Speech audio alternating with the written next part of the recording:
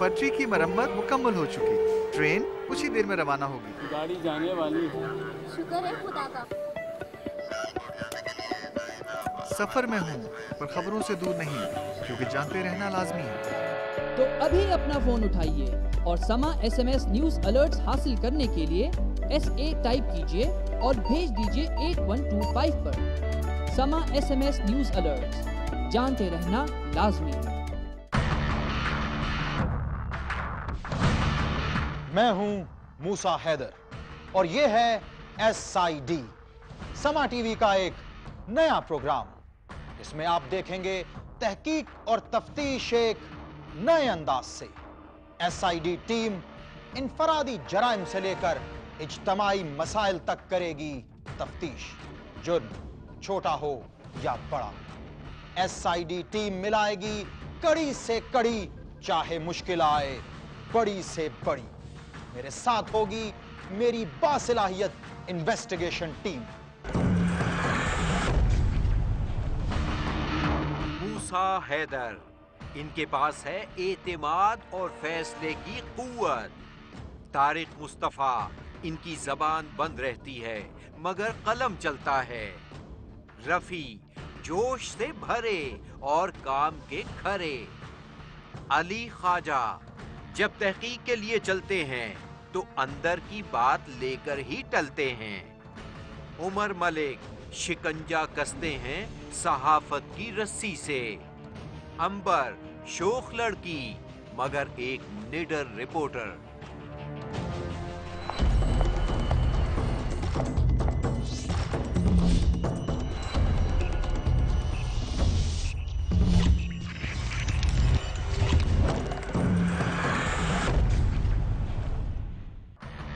Team SID, आप सब जानते हैं जुर्म की इन्वेस्टिगेशन कितना मुश्किल काम है।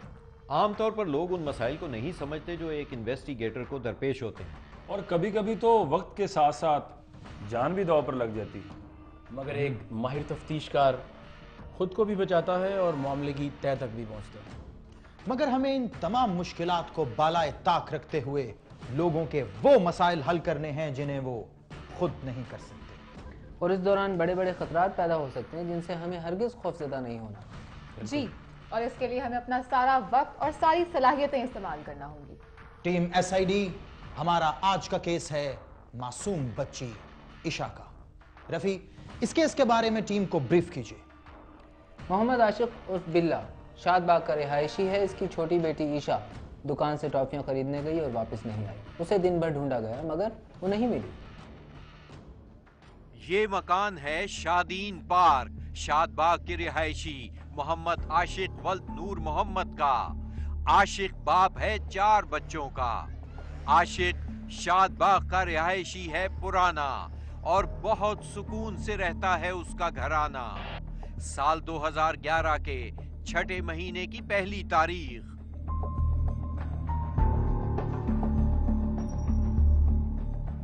दिन का तीसरा पहर।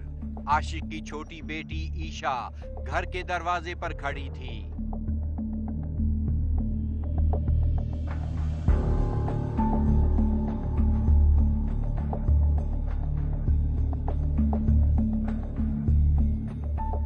वो माँ के पास आई और दुकान से टॉफियां खरीदने के लिए माँ से 5 रुपए मांगे। ईशा की माँ मसरूफ थी बर्तन धोने में। उसने ईशा को पैसे दिए और बेफिक्री से बर्तन धोने लगी।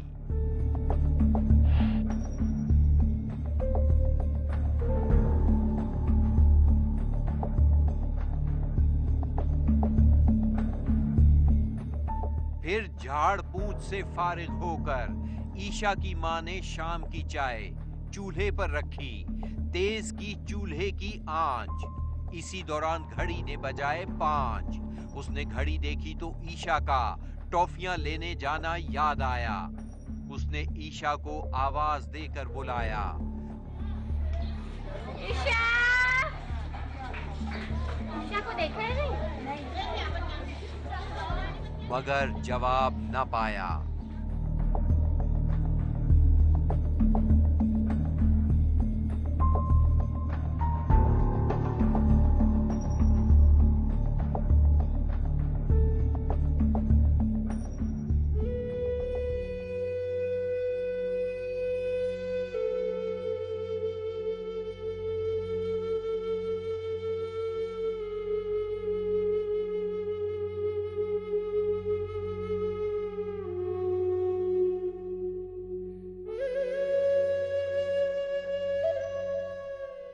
मोहम्मद आशिक का कहना है कि मुझे इंसाफ दिलाएं और मेरी बच्ची के असल कातिल को सामने लाएं। जाहिर है असल कातिल को तो बेनकाब किया ही जाना चाहिए और इस केस से जुड़े तमाम हकायक को सामने आना चाहिए। अली, आप क्या कहते हैं इस बारे में? महज 8 या 10 साल की बच्ची कत्ल कर दी गई, लेकिन अजीब बात यह है कि ना तो किसी तावान का तकाजा किया गया, ना ही कोई धमकी आमेज कॉल मौसूल हुई।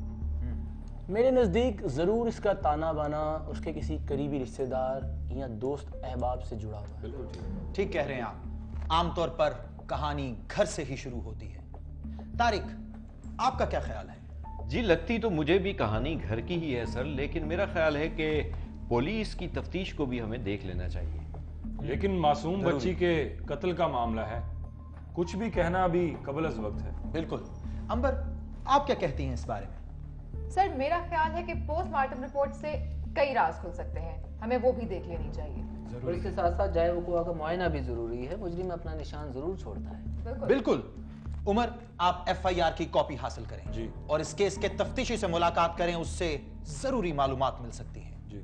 रफी, आप इस केस के मुद्दई से मिलें और उससे अंदर की बात जानने की कोशिश करें, और अगर किसी और पर भी शक हो तो उससे भी राब्ता करें। जाए वकुआ का मुआयना और आसपास की जगहों से जरूरी मालूमात जमा करना बहुत जरूरी है। इस केस का कातिल जितना जल्द सामने आए उतना बेहतर है। वैसे मुझे लगता है कि ये कहानी किसी हवस ज़दा उबाश से जुड़ी है। ऐसे केसेस में उमूमन ऐसा ही हुआ करता है। बिल्कुल ठीक कह रहे हैं आप। तो इस केस पर हमें काम शुरू कर देना चाहिए। Now meeting is over.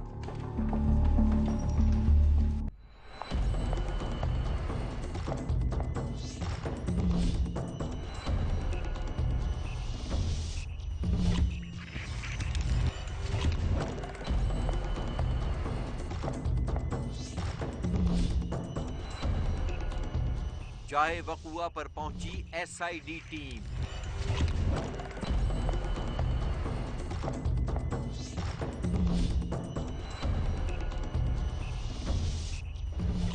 ये सर घर है उसका बच्ची ईशा का।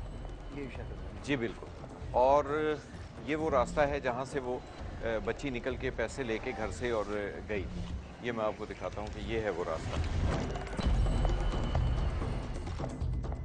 और सर इस तरफ वो दुकान है जहाँ बच्ची 5 रुपए लेकर चीज़ लेने के लिए आई थी। जो भी वो चीज़ वगैरह यहाँ से फिर वापस नहीं गई। वो फिर उसको लेके चले गए उस तरफ, स्टोर की तरफ।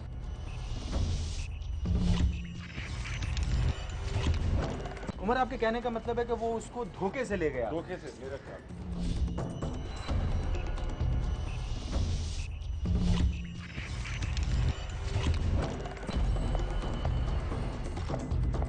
जी ये घर है हसन का।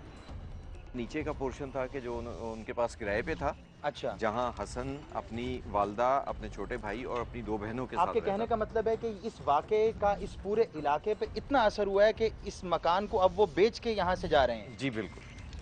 ये है वो स्टोर जहाँ पर उस बच्ची ईशा का मर्डर हुआ था। और ये अगर आप यहाँ से देखें थोड़ा सा ऊपर जो पीछे मकान है उसकी छत पर खारदार तारें लगाई गई हैं। ये बाद में लगाई गई हैं। ये वही जगह है जहाँ से वो क्रॉस करके अंदर दाखिल। अच्छा, ये बताइएगा कि क्या ये उस वक्त दीवार पूरी थी या पहले दीवार ये दीवार इतनी थी, लेकिन अच्छा। इसके पिछली तरफ जो दीवार है वो उन्होंने ऊंची कर दी। ये है वो स्टोर।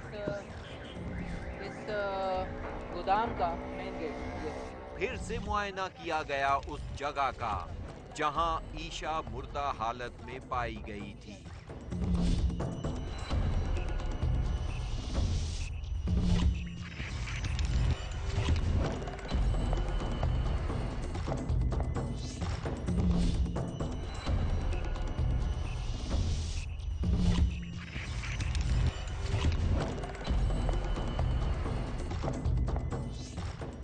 अच्छा, वो क्या उसी वक्त जहाँ बहक हो गया था उसी वक्त मर गया था या बाद में कुछ उसके बाद में मरा है या उसको हॉस्पिटल लेके गए? वो उसी वक्त जहाँ बहक हो गया था।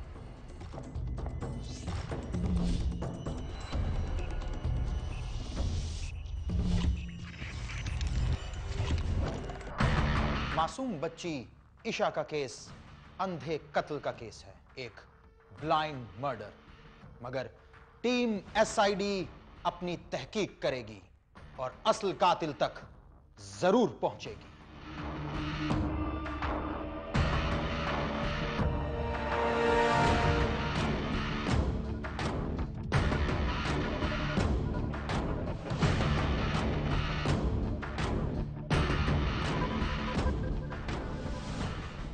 कौन है 9 साला मासूम बच्ची ईशा का कातिल? FIR नंबर 525/11 कटी है नामालूम कातिल के खिलाफ। क्या उस नामालूम कातिल के चेहरे से पर्दा उठेगा?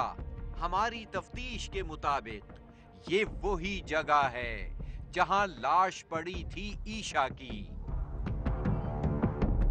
ये सारी तफसीलात बताती हैं कि कातिल ने ईशा को बेरहमी से मारा, मगर इस FIR में मौजूद एक बात ने टीम SID को चौंका दिया। लिखा है कि नामालूम शख्स ने मेरी बेटी को ले जाकर ज्यादती के बाद कत्ल कर दिया। हैरत है, अभी कोई पोस्टमार्टम रिपोर्ट नहीं आई, कोई DNA रिपोर्ट नहीं आई, तो उसने ये कह दिया कि मेरी बच्ची के साथ ज्यादती हुई है।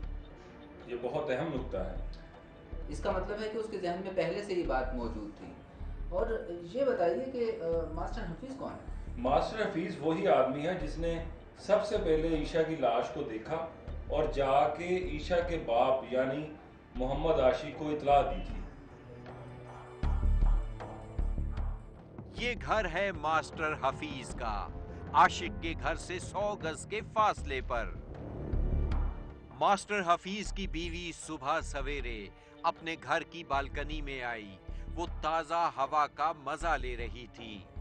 अचानक उसकी नजर पड़ी मास्टर के घर के सामने है आलूओं का एक गोदाम।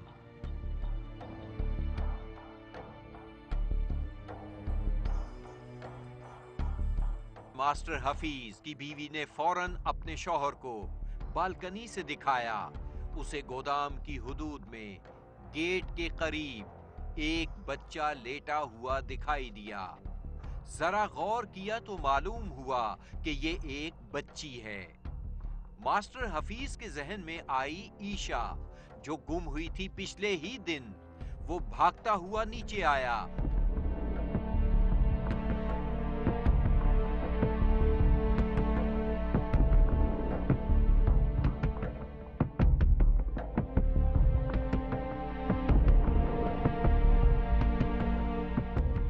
और कोल्ड स्टोरेज की बैरूनी दीवार से अंदर झांका। ये एक बच्ची थी। उसे जैसे यकीन हो गया कि ये ईशा ही है। वो भागता हुआ चंद कदम दूर आशिक के घर पहुंचा और उसे बताया कि उसकी बच्ची ईशा गोदाम की हुदूद में पड़ी है। लाश पड़ी हुई है, देखिए आप कहीं आपकी बेटी तो नहीं है? आए जरा मेरे साथ चेक करें।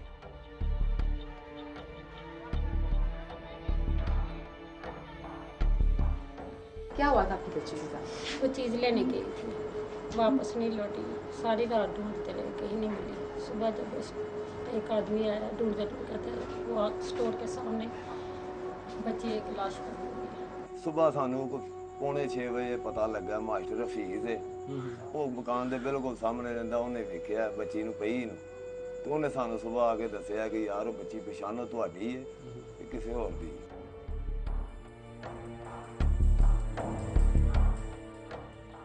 आशिक और उसकी बीवी फौरन गोदाम में पहुंचे। मोहल्ले वाले इर्द गिर्द जमा हो गए। वहां वाकई ईशा पड़ी थी। उसकी गर्दन में एक स्याह बेल्ट थी। गर्दन पर उंगलियों के निशान थे। मासूम बच्ची की आंखों और मुंह से खून बहकर जम चुका था। आशिक अपना सर पीटने लगा और ईशा की मां बैन करने लगी।